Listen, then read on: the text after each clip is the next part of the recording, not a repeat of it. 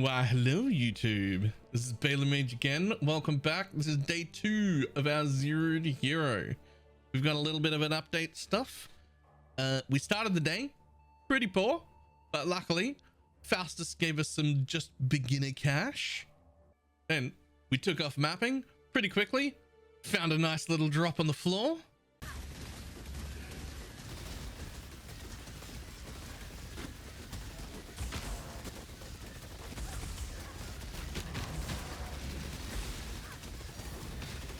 Oh, Baldo's puzzle box. And sold it. I mean, 175 on completed, 173 to get right now. Yeah, I'll take the loss. Thanks. Oh, now that we've got some money, time to upgrade some gear. Boots. Movement speed. At least 26, at least 25%. See what happens there.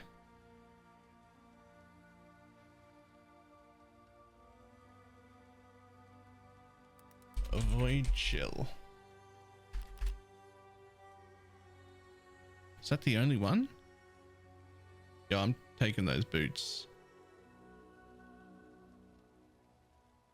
I don't know if they actually suit my res requirements right now, but if this person replies, I'm taking those boots.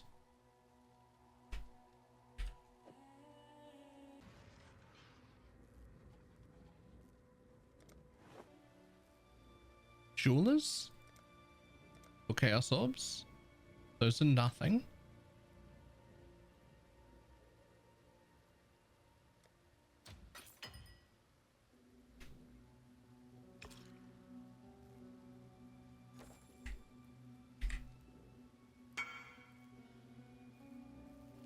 If you go for the bullshit min-max later, that is not what I would get.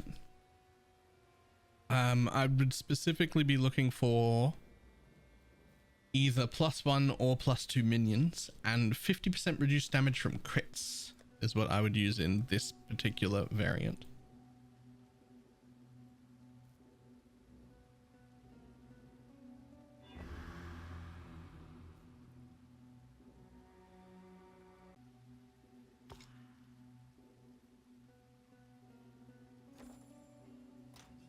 Is this game beginner friendly? No. Not even a little bit.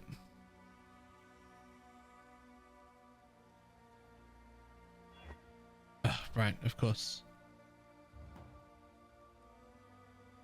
It can be a lot more beginner friendly if you're willing to use outside resources.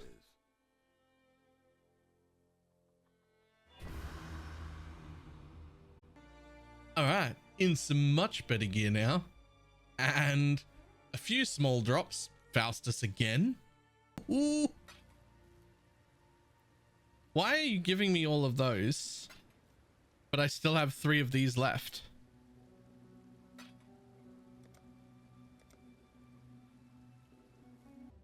Then, back in towards the end of the day, we got a real nice memory drop. Oh, hello. Einar Memory of the Beast.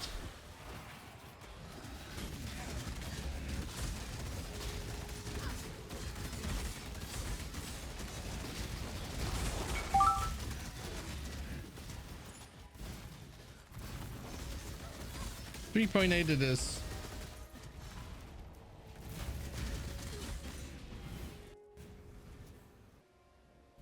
Money.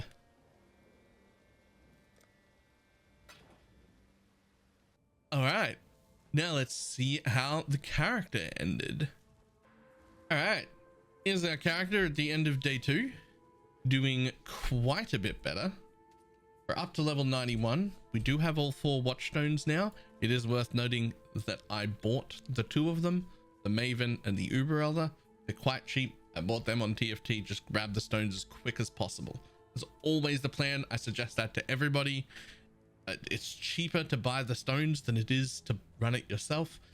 I plan to be able to run bosses eventually, but the answer is to put 4 watchstones in your atlas as quick as possible. So we did that. We did our own 2 first bosses, obviously. We're up to only 78 maps completed because, again, we have been a little bit more focused on getting money, getting our character more powerful, getting ourselves set up. Tomorrow will be about finishing up all of the progression because we're in a pretty decent spot now. These are the gloves we bought, which solved our res problems. Those are great. We're in our 6-link Dialas. We failed our double corruption on our holy relic when it hit level 20. So I bought another one that was failed less hard, which means I don't have the 23% quality yet, but it is level 26. I still don't have an ashes. That's probably next on my purchase list. But otherwise, we got 1 minus mana craft. That's more than enough for us. We did put on the Sovlan shield, whatever that one's called. Incredibly good shield.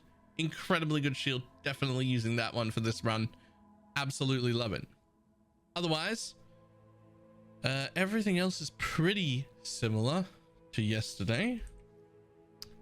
We did also get a Supreme Ostentation Elegant Hubris, but we did not get one with any useful node at all. We got the cheapest one available to fix our stat requirements because 33 dex and 82 int is not a lot.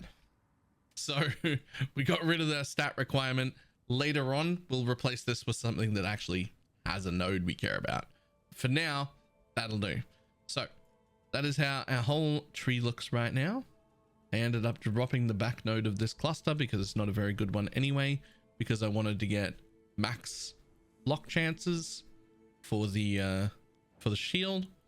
I also had to take this whole wheel here because I have a bad rolled shield. Obviously, what I want is a 15% chance to block, and if I have that, I don't need these 2, and I can just travel around the short way. But for now, that's where we're at the end of day 2. I have a path of building here. It's doing pretty well. Our current path of building says 1.8 million DPS. As we all know from Holy Relic, this lies to you. It's definitely higher than that. It definitely feels higher than that. I have no idea what the real number is, but I'm doing the same thing I always do, which is just set it to 3 and show what path of building says, because that gives us at least a ballpark to figure out how much better or worse we're doing than any other setup. It is worth noting that we're only getting just shy of 200,000 out of our Herald of Purity setup. So that's not super impactful, but it's not nothing. Most importantly, it is giving us Cull and Feeding Frenzy.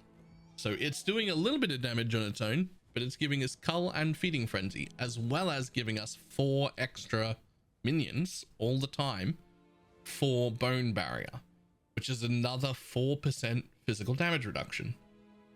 So it's still doing a really good job of blocking off, or holding off rather, the Animate Guardian and Spectres that are missing. I'm really enjoying not having to worry about them at all. I would say if I had bought good Spectres and bought all my Animate Guardian gear, we would be a little bit stronger right now. A little bit stronger. But I would have had to go buy all my Spectres and buy my Animate Guardian, and that's a pain in the ass and I don't want to. This, much better. That being said, my Herald of Purity is still level 19. It still has no quality on it, and quality on this is also minion cooldown recovery rate, which makes them slam more often. So we are going to work on that. That will be part of it. And the one other change I've made that's a little bit different from normal is because we're using the Sylvarian shield, whatever it is, and I had 1 extra socket left over. I ended up putting a level 2, well, it's level 2 because I accidentally leveled it, but a level 1 frost bomb in there, which means every time we block, we're just dropping this frost bomb automatically.